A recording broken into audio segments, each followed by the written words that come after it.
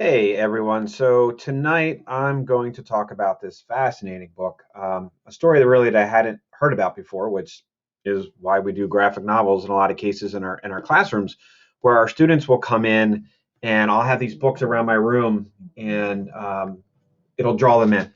And so I could do a lecture for 15 minutes, 20 minutes, um, and maybe I get some connection, right?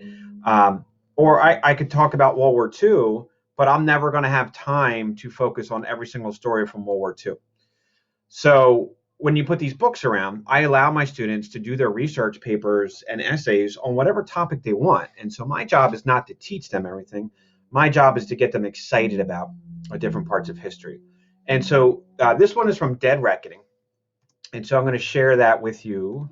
Again, please be kind to me. I'm still figuring all this stuff out. So deadreckoning.org is a fantastic organization that I came across about a year and a half ago. And they are connected with the U.S. Naval Institute. Like, how cool is that? And they're publishing their own graphic novels, all very well researched, compelling history. And so deadreckoning.org, I'll show you some of the books that I have in my classroom that I've used from them before I talk about this one today. So these ones I have in my classroom. The graphic novel adaptation of All Quiet on the Western Front. I share excerpts of the prose with my students. We don't have time to read this entire book in my classroom. So I show excerpts of the movie, and they need to redo a new movie, a new version. And then I also show them this graphic novel. Night Witches, about female pilots for the Soviet Union. Fascinating. Trench Dogs. Oh, this I need to do my another video just on this alone, and we'll talk more about that. But this is my absolute favorite book that Dead Reckoning has done. And then Stalingrad, and there's many others. So I again suggest that you go to deadreckoning.org and you take a look at that. So again, going back to the beginning here. So I'm just going to read real quickly just the back of this. If a student were to read this. The Photographer of Mauthausen is a dramatic retelling of true events in the life of Francisco Bois, a Spanish press photographer and communist who fled to France at the beginning of World War II. He arrived in France only to be handed over to the Nazis, who sent him to the notorious Mauthausen concentration camp. There he spent the war among thousands of Spaniards and other prisoners, more than half of whom would lose their lives, et cetera, et cetera, et cetera. So I'm going to tell you a little bit about the story. I have lots of students, my own daughter, who is very much into photography. And so right away, in fact, Joe Sacco's does a book about journalists and things too that I'll talk about. But you're going to create interest about a unique piece of history. And so any way we can grab the student's attention, this is a wonderful way to do so. So for one thing, we begin with, and I'm going to show you some historical connections. I'm not going to go through the whole book, obviously, because we want you to buy the book. But so the concentration camp, we know that. The Jewish Holocaust, we know that. I would say, at least I'm very thankful in my own area of the world in Pennsylvania that our students are very well versed in the Jewish Holocaust. And so we spend actually a lot of time talking about modern genocides, but also who else was in these concentration camps? Who else were in these work camps, death camps, et cetera? And so here we have somebody from Spain. So why would somebody from Spain flee to France, be captured by the Nazis, and put in a concentration camp? So we'll talk about the Spanish Civil War. We'll talk about fascism. And in this case, this photographer was a communist. And so this is why he fled and was captured by the Nazis. And so we take a look at this symbol here. So he says it's a white S. We had become stateless Spaniards with the S.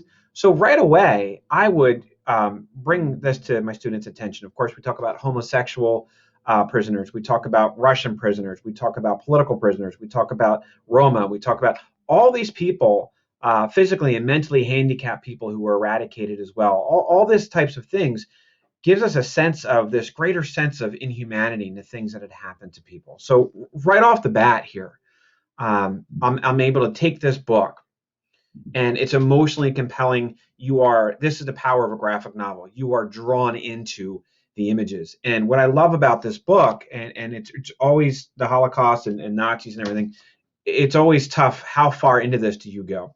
And so I'm always careful not to just show my students image after image of dead bodies and things like this. It becomes where we turn off. And it's why the Jewish Holocaust Museum, when you go in, you focus on one person, one individual. And so these images are, in some cases, tough to see. I wouldn't recommend anything lower than eighth grade, but it's not overwhelming. It's not where students are going to shut down. I find this book to be very accessible for us. And there's some language, of course, but we're going to see. So he has this thought. And so for one thing, the artwork itself, again, this is where we are, we become emotionally involved with the characters in a way that just can't happen in a prose book. So a photo grants you eternal life, even if you die. And so we can talk about the importance of primary sources like a photograph, like songs, like journal entries and things like this. And so he makes this decision that he's going to capture these photographs that are being taken at the camp of the deaths that are happening. And in some cases, which we'll talk about, are staged. And so what they do is they decide to, the Nazis, of course, are experimenting on prisoners. They are torturing prisoners. They are murdering prisoners, and they are posing them as suicide in a lot of cases. And so in this case, they're trying to make this decision in this camp. They have this photographic evidence. And so kind of the general idea of the story here is getting these images and getting them out, putting their lives at risk to get them out to the world so they know what the Nazis are doing.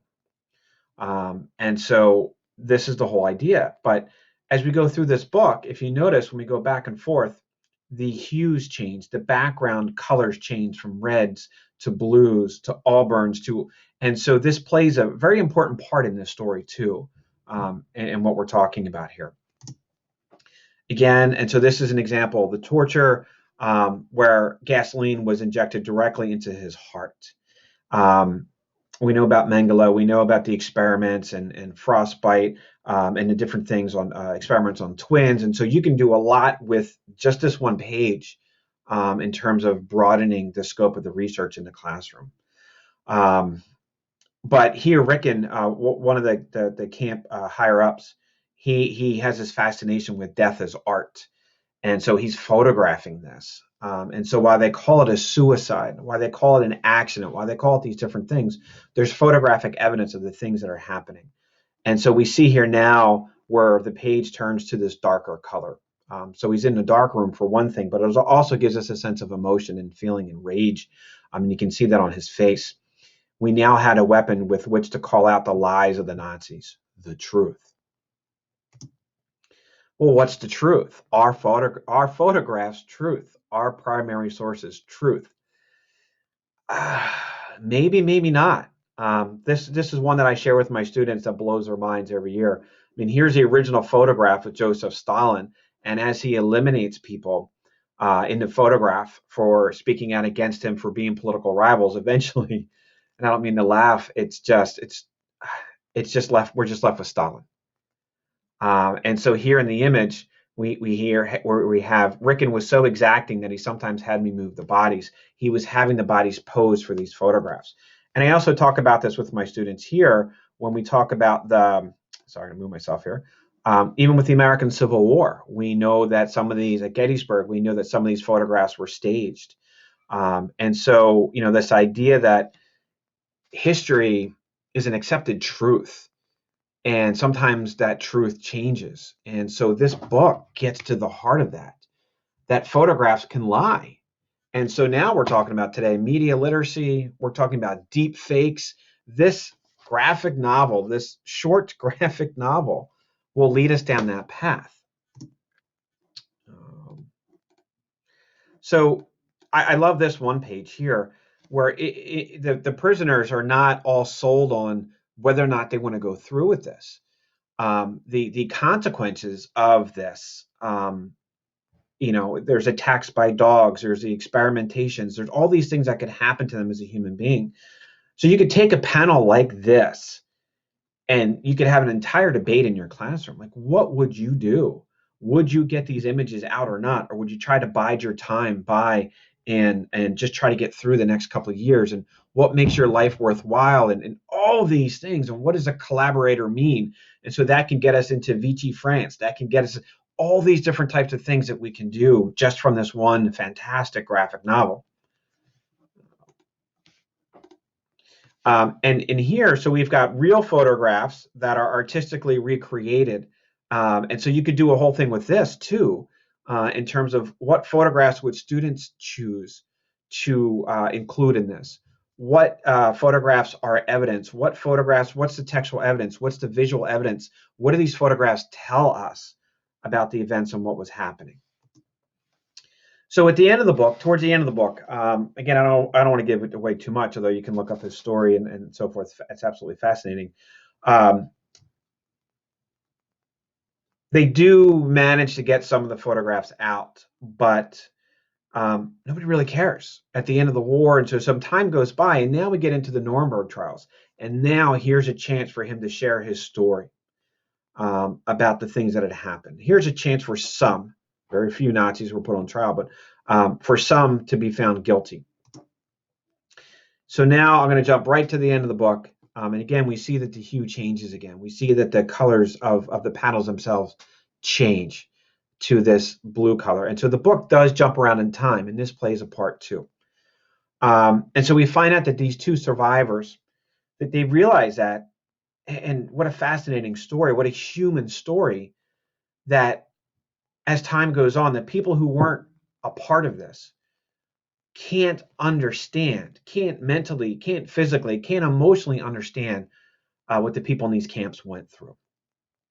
And this is a big fear, that as the last survivors of these camps are dying out, that we're trying to record their history. And we've had Holocaust survivors come to our school and talk to our students, and it impacts them in such a way that reading a textbook simply cannot.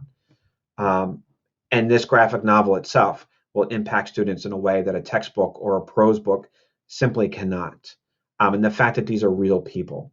And so we're kind of left with this idea of things will change one day or another. They'll understand. If not, history will repeat itself. And that almost forces us to go back to the beginning of the graphic novel. What about this history? What are the things that we've learned that we want to go back to?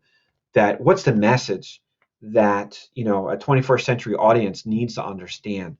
What are these people who are no longer with us? What do they want us to remember? And it makes the story personal. It makes the story understandable.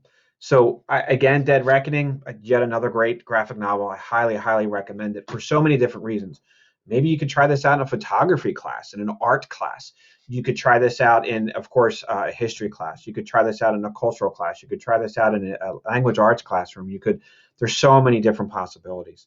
And this reinterpretation, and students can read the story, the actual history, and what was dramatized in this graphic novel, what is 100% accurate, and it is very well researched, like I said. And I love the fact that Dead Reckoning always does us, as I'm flipping through the back here, they always supply us with resources, further reading, things like that. So again, bravo. Hopefully you guys like these reviews. This is my second one. I know they're not particularly 100% polished and things, but my website is historycomics.net or teachingwithcomics.com, and I'll be posting these here too. Like the videos, you can comment on the videos. That would be fantastic. Keep me going, and we'll see if we can keep doing these things. So again, Dead Reckoning, thank you so much for just another fantastic graphic novel.